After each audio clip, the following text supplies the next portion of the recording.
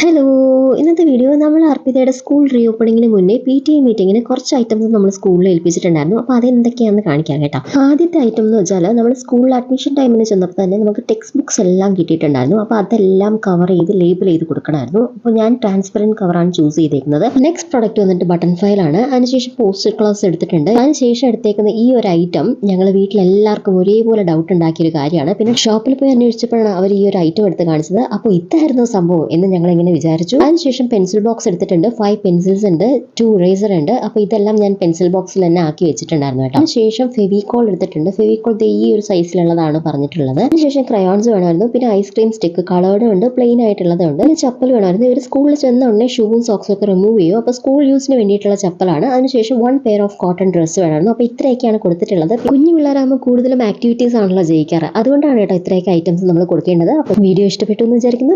By.